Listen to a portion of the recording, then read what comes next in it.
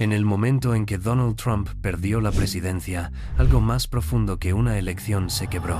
Por primera vez, el hombre que había construido su vida sobre la idea de ganar fue obligado a enfrentarse a una derrota pública, visible y negada por todos los caminos posibles. No fue solo el final de un mandato, fue el colapso de un relato personal. Trump no aceptó la caída como cierre, sino como afrenta. Mientras otros habrían desaparecido, él eligió resistir. Investigado, aislado y cuestionado, convirtió el fracaso en combustible. Descubrió que el poder no siempre vive en el cargo, sino en la capacidad de dominar la narrativa. Esa derrota lo transformó, lo endureció. Lo empujó a regresar no para reconciliarse, sino para corregir lo que consideraba una injusticia histórica. Esta es la historia de un hombre que al tocar fondo no cambió de rumbo. Redobló la apuesta.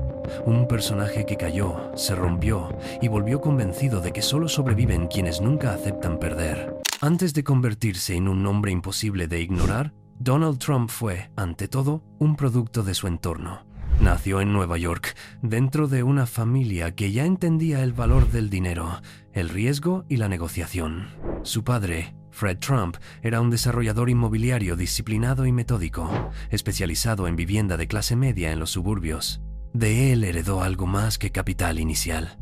Heredó una visión dura del mundo, donde ganar significaba imponerse y perder era una forma de humillación. La infancia de Trump estuvo marcada por la competencia y el conflicto.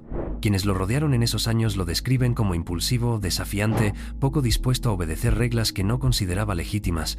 Esa conducta llevó a su familia a enviarlo a una academia militar durante la adolescencia. Lejos de ser un castigo menor, esa experiencia funcionó como una primera forja del carácter. Disciplina rígida, jerarquías claras y la idea de que el respeto se gana mostrando fuerza. Allí aprendió algo que repetiría toda su vida. En sistemas cerrados, la autoridad importa tanto como el resultado. Tras sus estudios universitarios en economía, Trump ingresó al negocio familiar, pero con una ambición distinta. Mientras su padre evitaba el riesgo y prefería proyectos previsibles, Donald buscaba visibilidad, prestigio y apuestas grandes. Trasladó el negocio al corazón de Manhattan, una decisión que multiplicaba tanto las oportunidades como los peligros. Sus primeros proyectos lo catapultaron rápidamente a la fama. Hoteles, rascacielos y casinos que llevaban su nombre como marca personal, no solo como propiedad, pero el ascenso no fue limpio ni lineal. Junto a los éxitos llegaron errores financieros graves, sobreendeudamiento y quiebras empresariales que pusieron en duda su imagen de invencibilidad. En más de una ocasión, sus imperios se sostuvieron gracias a reestructuraciones agresivas, negociaciones con acreedores y una habilidad notable para trasladar pérdidas sin desaparecer del escenario público. Trump aprendió pronto que, en el mundo moderno, la percepción puede ser tan poderosa como la realidad. Ese periodo temprano dejó una huella clara. Forjó a un hombre acostumbrado al conflicto, resistente al descrédito y convencido de que retroceder públicamente equivale a perder poder. Antes del reto político, antes del escrutinio global, ya estaba ahí el núcleo del personaje. Alguien que no busca aprobación, sino dominio del relato. Esa forma de ver el mundo sería, más adelante, tanto su mayor fortaleza como la semilla de sus crisis más profundas. El salto de Donald Trump a la política no fue un accidente ni un impulso tardío.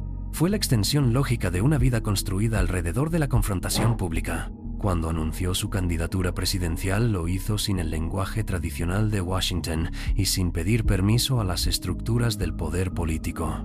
Ese gesto, que para muchos parecía improvisado o irresponsable, conectó de inmediato con una parte del electorado cansada de discursos técnicos y promesas abstractas. Trump no se presentó como un político, se presentó como un disruptor.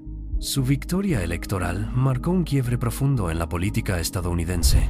Por primera vez en décadas, la Casa Blanca era ocupada por alguien sin experiencia previa en cargos públicos, que veía el Estado con la lógica de un empresario y el debate político como una negociación permanente.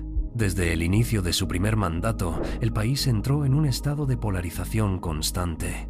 Cada decisión, cada declaración y cada conflicto se amplificaban no solo por su contenido, sino por el estilo con el que eran comunicados. Durante esos años, Trump impulsó políticas que cumplieron promesas centrales de su campaña.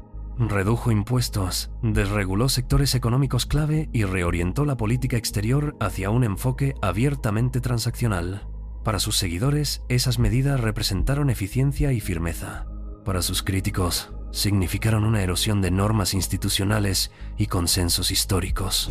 El mismo acto podía ser celebrado como valentía o denunciado como imprudencia, dependiendo del observador. Sin embargo, bajo el aparente auge político, comenzaron a aparecer grietas internas. La relación con los medios se volvió abiertamente hostil. La rotación constante de asesores y funcionarios reflejaba tensiones dentro de la administración. Trump gobernaba como había hecho negocios, premiando la lealtad personal y castigando públicamente la disidencia. Ese estilo consolidó su control sobre su base, pero debilitó puentes con otros sectores del poder político y administrativo. La gestión de crisis expuso aún más esas fracturas. Cada desafío se transformaba en un enfrentamiento narrativo, donde el control del relato parecía tan importante como la resolución del problema. Trump no retrocedía, redoblaba la apuesta. Esa estrategia lo mantenía en el centro de la conversación, pero también acumulaba desgaste institucional y personal. Al final de su primer mandato, Trump seguía siendo una figura dominante, pero ya no indiscutida. Había alcanzado el punto más alto de su poder político, pero el costo era evidente. Un país dividido, una presidencia permanentemente bajo tensión y un líder convencido de que ceder equivalía a perder. El auge estaba completo, pero las condiciones para la caída ya estaban sembradas. La derrota electoral frente a Joe Biden marcó el momento más bajo en la trayectoria política de Donald Trump. Por primera vez desde que había convertido su nombre en una marca de éxito, el relato se le escapaba de las manos. El resultado fue claro para las instituciones del país, pero no para él. Trump se negó a aceptar la derrota como un hecho legítimo y transformó el fracaso en una narrativa de agravio. No habló de pérdida, habló de despojo. Durante los meses posteriores a la elección, Trump impulsó una ofensiva política ilegal sin precedentes modernos. Cuestionó públicamente el sistema electoral, denunció irregularidades sin pruebas concluyentes y presionó a funcionarios estatales y federales para revertir los resultados. Tribunales, autoridades electorales y organismos de control rechazaron una a una esas acusaciones. El sistema resistió, pero el daño estaba hecho. Millones de votantes quedaron convencidos de que algo esencial había sido robado. Ese periodo no fue solo una disputa electoral, fue una ruptura psicológica. Trump dejó la Casa Blanca sin conceder la derrota de manera tradicional, aislado políticamente, vetado en plataformas digitales durante un tiempo y rodeado de investigaciones judiciales. Para cualquier otro actor político ese habría sido el final. Para Trump fue el comienzo de una transformación más profunda. Lejos del poder formal, Trump mantuvo un control férreo sobre su base. Convirtió la derrota en combustible político. Cada acusación, cada investigación y cada crítica se integraron en una narrativa de persecución. No se presentó como un expresidente derrotado, sino como un líder injustamente atacado por el sistema. Esa estrategia mantuvo viva su relevancia y le permitió reconstruir influencia desde fuera de las instituciones. El camino de regreso no fue silencioso ni moderado.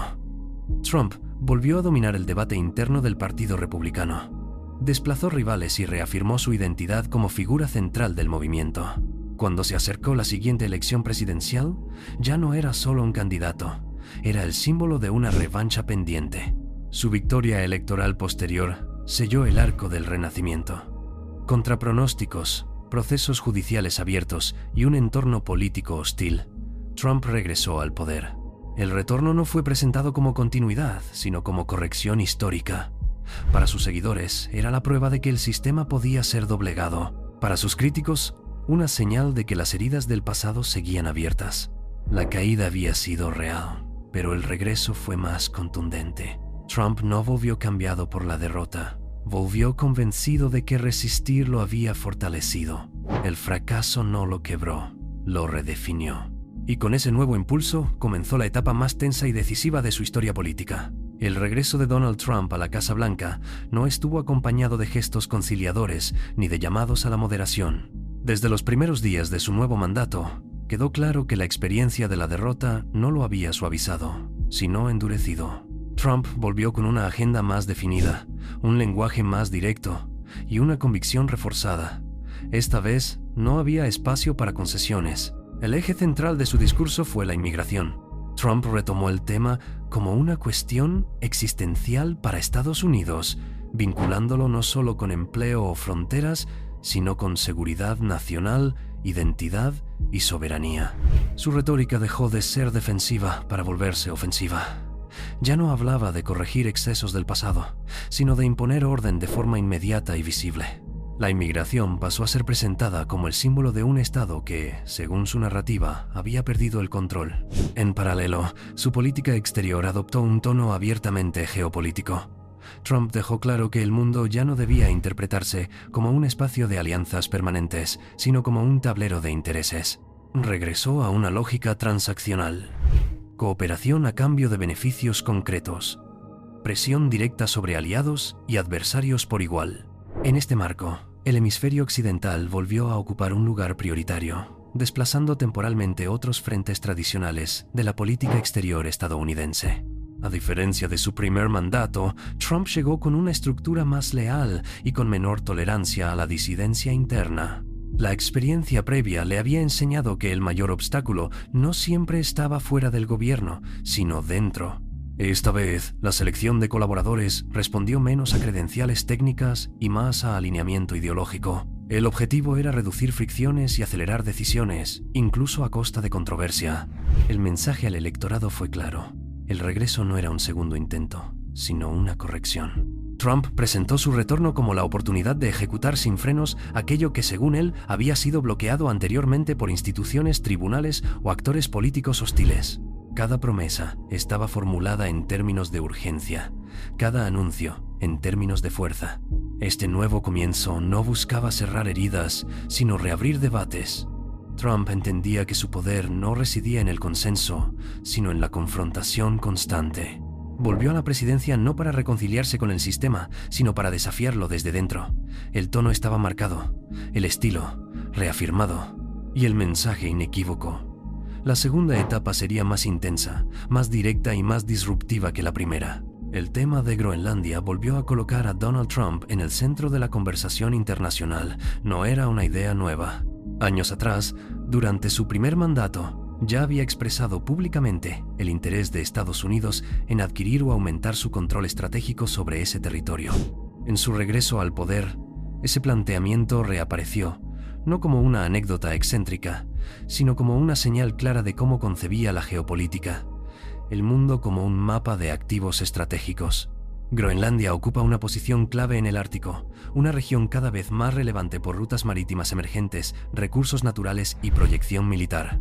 Trump retomó ese argumento al señalar que la seguridad estadounidense no podía separarse del control de espacios estratégicos en el hemisferio norte. En su discurso, la soberanía tradicional quedaba subordinada a la lógica de poder y defensa. No hablaba de diplomacia simbólica, sino de intereses concretos. Las reacciones no se hicieron esperar. Desde Europa, líderes políticos y autoridades del propio territorio reafirmaron que Groenlandia no estaba en venta y que cualquier insinuación en ese sentido ignoraba principios básicos de autodeterminación. Para muchos observadores internacionales, el planteamiento reforzaba la imagen de Trump como un líder dispuesto a tensar normas históricas si consideraba que el beneficio estratégico lo justificaba. Dentro de Estados Unidos, la propuesta generó un debate más amplio. Algunos analistas de seguridad señalaron que el interés en Groenlandia no carecía de lógica desde una perspectiva militar y geoestratégica, especialmente ante el avance de otras potencias en el Ártico. Otros, en cambio, criticaron la forma en que Trump abordó el tema, calificándola de simplista y potencialmente dañina para las relaciones con aliados tradicionales. Narrativamente, Groenlandia funcionó como un espejo del carácter presidencial. Trump no perseguía gestos pequeños ni consensos discretos. Buscaba grandes movimientos, ideas que rompieran el marco habitual y obligaran a todos a reaccionar. Incluso cuando la viabilidad era cuestionada, el solo planteamiento desplazaba la conversación global hacia su terreno. Este episodio consolidó una percepción internacional ya conocida. Trump no veía la política exterior como un delicado equilibrio de sensibilidades, sino como una extensión del poder nacional expresado sin rodeos. Groenlandia no fue solo una controversia territorial. fue una declaración de intenciones. Mostró a un presidente dispuesto a desafiar límites simbólicos y a asumir el costo diplomático con tal de afirmar una visión del mundo basada en fuerza, control y oportunidad estratégica. La relación entre Donald Trump y México entró en una fase más tensa con la intensificación de su política de seguridad hemisférica. Para Trump, el narcotráfico dejó de ser un problema criminal aislado y pasó a ser presentado como una amenaza directa a la soberanía y seguridad de Estados Unidos. Bajo esa lógica, la frontera ya no era solo una línea geográfica, sino el frente visible de un conflicto regional más amplio. En este contexto, el gobierno mexicano llevó a cabo una de las mayores entregas de narcotraficantes de su historia reciente. En coordinación con autoridades estadounidenses, México extraditó a 37 miembros de organizaciones criminales hacia Estados Unidos. Entre los extraditados se encontraban figuras vinculadas a grupos como el Cártel de Sinaloa, el Cártel Jalisco Nueva Generación y la organización Beltrán Leiva. La operación fue presentada como un gesto de cooperación bilateral, pero también como respuesta a una presión política creciente desde Washington. Trump interpretó estas extradiciones como una validación de su enfoque. En su discurso, las presentó como prueba de que la presión directa funcionaba y de que la diplomacia tradicional había sido insuficiente durante décadas. Sin embargo, el gesto no cerró el conflicto. Al contrario, abrió un debate mucho más profundo sobre hasta dónde podía llegar Estados Unidos en su lucha contra el narcotráfico sin vulnerar la soberanía de otro país. Desde sectores cercanos a Trump, comenzó a discutirse públicamente la posibilidad de designar a los cárteles mexicanos como organizaciones terroristas. Esa clasificación no era simbólica. Implicaba un marco legal distinto y la posibilidad de acciones más agresivas, incluso de carácter militar. La sola mención de ese escenario encendió alarmas en México, donde autoridades y analistas advirtieron que cualquier intervención directa sería vista como una violación grave de la soberanía nacional. Para Trump, el debate no era un error de cálculo, sino parte de la estrategia. Al elevar el narcotráfico a la categoría de amenaza hemisférica, desplazó la conversación del terreno policial al geopolítico. El problema ya no era solo la droga, sino el control territorial, la debilidad institucional y la seguridad regional. México dejó de ser únicamente un socio, pasó a ser un punto crítico dentro de un mapa más amplio de poder y presión. Este episodio mostró con claridad cómo Trump transformó la vieja retórica de la guerra contra las drogas en algo más ambicioso y peligroso. Ya no se trataba solo de combatir criminales, sino de redefinir límites, responsabilidades y costos diplomáticos. La cooperación existía, pero bajo una tensión constante, y en esa tensión quedaba claro que, para Trump, la seguridad no se negociaba en silencio, se imponía en público. El segundo mandato de Donald Trump convirtió la inmigración en el eje más visible y controvertido de su proyecto político. Ya no se trataba únicamente de un discurso duro, sino de una maquinaria estatal puesta en movimiento a gran escala. En su primer año de regreso al poder, la administración impulsó más de 500 medidas relacionadas con control migratorio, expulsiones aceleradas y restricciones legales. El objetivo declarado era recuperar el control absoluto del sistema. El efecto real fue una sacudida profunda en comunidades enteras. El rol del Servicio de Inmigración y Control de Aduanas, conocido como ICE, se transformó de manera significativa. Reportes periodísticos y testimonios internos señalaron que la agencia comenzó a priorizar deportaciones inmediatas por encima de investigaciones más complejas, más excepciones, incluso en casos relacionados con tráfico de personas o redes criminales. La lógica era clara, el volumen importaba más que la selectividad. Cada expulsión se convertía en una señal política de eficacia. Dentro de esa estrategia surgieron operaciones específicas de alto impacto. Una de las más visibles fue conocida como Operación Safeguard. Bajo este esquema, agentes federales realizaron detenciones masivas en zonas urbanas, centros de trabajo y vecindarios con alta presencia migrante. Las redadas no distinguían horarios ni rutinas. Familias fueron separadas, trabajadores detenidos en plena jornada y comunidades enteras quedaron sumidas en la incertidumbre. La aplicación de la ley se volvió omnipresente y para muchos impredecible. El impacto humano fue inmediato. Organizaciones civiles documentaron casos de personas detenidas sin antecedentes penales, residentes con vínculos familiares profundos en Estados Unidos y menores afectados indirectamente por la expulsión de padres o tutores. La política migratoria dejó de percibirse como un asunto administrativo y pasó a sentirse como una amenaza constante, instalada en la vida cotidiana de millones.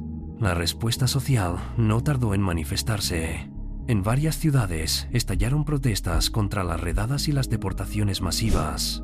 Activistas, abogados y autoridades locales cuestionaron la legalidad de ciertas prácticas y llevaron los casos a tribunales federales. Jueces emitieron órdenes para frenar o revisar algunos programas, generando un choque directo entre el poder ejecutivo y el sistema judicial. Trump respondió como siempre, denunciando bloqueos, acusando a los tribunales de interferir con la voluntad popular y redoblando su retórica. Esta etapa dejó una marca profunda en el tejido social del país. Para los seguidores de Trump, las deportaciones representaban el cumplimiento de una promesa largamente postergada. Para sus detractores, eran la prueba de un Estado dispuesto a sacrificar humanidad por control. La migración, más que nunca, se convirtió en un campo de batalla político, legal y moral. En ese conflicto, Trump no buscó equilibrio, buscó impacto. Y el costo de ese impacto se midió no solo en cifras, sino en miedo, resistencia y una sociedad aún más dividida. Las políticas migratorias del segundo mandato de Donald Trump no se limitaron a la frontera ni a los despachos federales. Su impacto se filtró hacia el interior del país y alteró la vida cotidiana de ciudades enteras. A medida que las redadas y deportaciones se intensificaron, el conflicto dejó de ser abstracto y se volvió visible en escuelas, barrios y tribunales. La retórica de orden y control comenzó a chocar directamente con la experiencia diaria de millones de personas. Uno de los puntos más sensibles fue la detención de menores por parte de ICE. Casos documentados por medios nacionales mostraron a niños y adolescentes retenidos durante operativos migratorios, ya fuera de forma directa o como consecuencia de la detención de familiares. Las imágenes y testimonios provocaron una oleada de indignación pública. Para amplios sectores de la sociedad, ese fue el límite moral que la política no debía cruzar. Para la administración, en cambio, se trataba de la aplicación estricta de la ley, sin excepciones emocionales. Las protestas no tardaron en expandirse. En grandes áreas metropolitanas, miles de personas salieron a las calles para denunciar las redadas, exigir el cese de deportaciones masivas y reclamar protección para comunidades vulnerables. Las movilizaciones reunieron a activistas, líderes religiosos, autoridades locales y ciudadanos sin afiliación política previa. Lo que comenzó como una defensa de migrantes se transformó en una crítica más amplia al uso del poder federal y al tono confrontacional del gobierno. El conflicto llegó rápidamente al terreno judicial. Diversas organizaciones presentaron demandas cuestionando la constitucionalidad de ciertos programas y órdenes ejecutivas. Jueces federales emitieron fallos que bloquearon parcialmente algunas medidas, argumentando violaciones al debido proceso o a protecciones legales existentes. Cada resolución judicial alimentaba un nuevo choque institucional. Trump respondió acusando a los tribunales de obstaculizar la voluntad popular y de proteger a quienes, según su discurso, ponían en riesgo la seguridad nacional. Este ciclo de acción y reacción profundizó la polarización interna. Estados y ciudades adoptaron posturas opuestas, ya fuera colaborando con las autoridades federales o resistiendo abiertamente su intervención. El país comenzó a operar bajo reglas distintas según el territorio, fragmentando aún más la noción de una política migratoria unificada. El costo interno de esta etapa fue evidente. La retórica dura fortaleció a la base política de Trump, pero también amplificó el miedo, la desconfianza y la confrontación social. La inmigración dejó de ser solo una política pública y se convirtió en un símbolo de algo más profundo. Una lucha por definir qué tipo de país era Estados Unidos y hasta dónde estaba dispuesto a llegar para imponer una visión de orden. En esa tensión constante, Trump mantuvo su postura. Para él, retroceder habría significado perder autoridad. Pero el precio fue una sociedad más crispada, instituciones bajo presión y una herida interna que, lejos de cerrarse, seguía ensanchándose. A medida que avanzaba el segundo mandato de Donald Trump, su figura volvió a convertirse en un punto de fricción constante en el escenario internacional. No por sorpresa, sino por coherencia con su estilo. Las decisiones que había tomado en materia de seguridad, migración y geopolítica comenzaron a ser evaluadas no solo por sus resultados inmediatos, sino por el impacto que tendrían en el orden internacional y en la credibilidad de Estados Unidos como actor global. El caso de Groenlandia siguió siendo un símbolo poderoso de esa controversia. En Europa, Líderes políticos y analistas interpretaron el interés reiterado de Trump como una amenaza directa a los principios de soberanía y autodeterminación.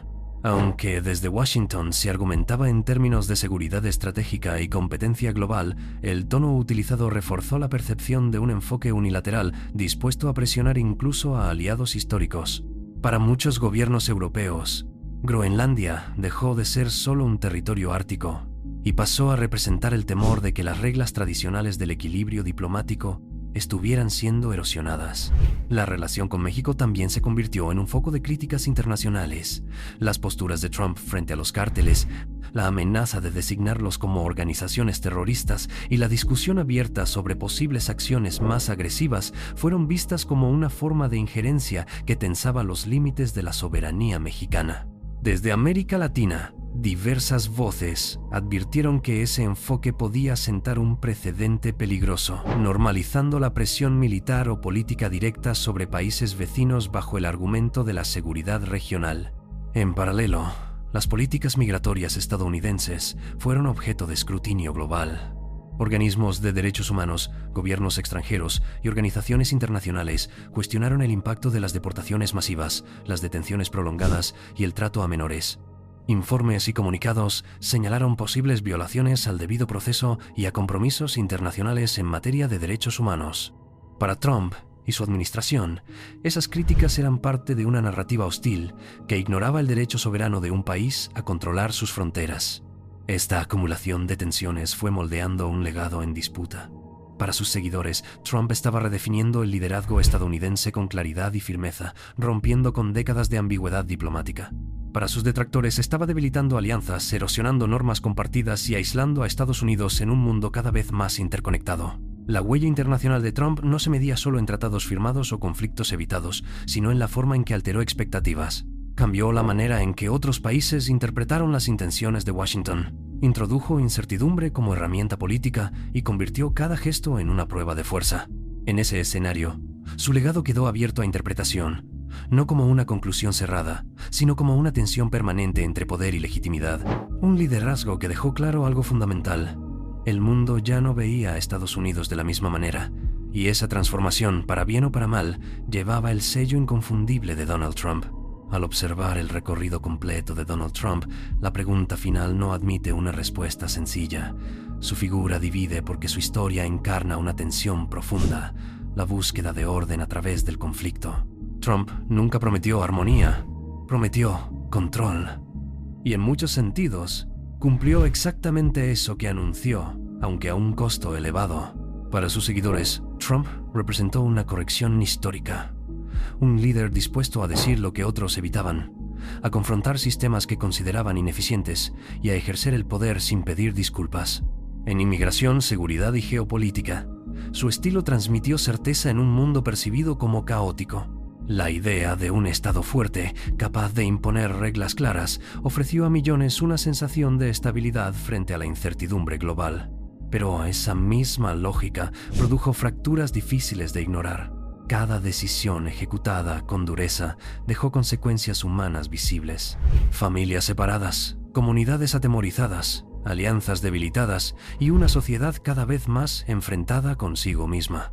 Trump gobernó convencido de que ceder era perder, y esa convicción convirtió la política en una secuencia constante de choques. El orden que buscaba imponer se construyó muchas veces sobre la erosión de consensos básicos. En el plano internacional, su legado quedó marcado por la ambigüedad. Algunos países vieron en su liderazgo una señal de fuerza renovada. Otros interpretaron sus acciones como una ruptura peligrosa con normas compartidas. Groenlandia, México, la migración y la seguridad hemisférica no fueron episodios aislados, sino piezas de una misma visión del mundo. Una en la que el poder se ejerce de forma directa y el costo diplomático es secundario. Internamente, el impacto fue aún más profundo. Trump no solo gobernó un país dividido, contribuyó a redefinir esa división. Transformó debates políticos en disputas identitarias y convirtió cada desacuerdo en una prueba de lealtad. Para algunos, eso significó claridad. Para otros, significó exclusión. La pregunta ya no era solo qué políticas se aplicaban, sino quién pertenecía plenamente a la nación que esas políticas decían proteger. Así, el arco se cierra sin resolverse del todo. ¿Fue Trump un agente de renovación capaz de sacudir estructuras estancadas o fue el catalizador de una polarización que dejó heridas duraderas? Tal vez fue ambas cosas al mismo tiempo. Un líder que entendió el poder como confrontación y que aceptó conscientemente el precio de ese enfoque. El balance final no pertenece únicamente a la historia, sino a quienes vivieron bajo sus decisiones. Porque más allá de ideologías, Trump dejó una huella real en vidas concretas, en instituciones tensionadas y en un país obligado a mirarse a sí mismo. La pregunta queda abierta, no como juicio definitivo, sino como reflexión necesaria. ¿El orden impuesto a la fuerza puede sostenerse sin fracturar aquello que pretende proteger?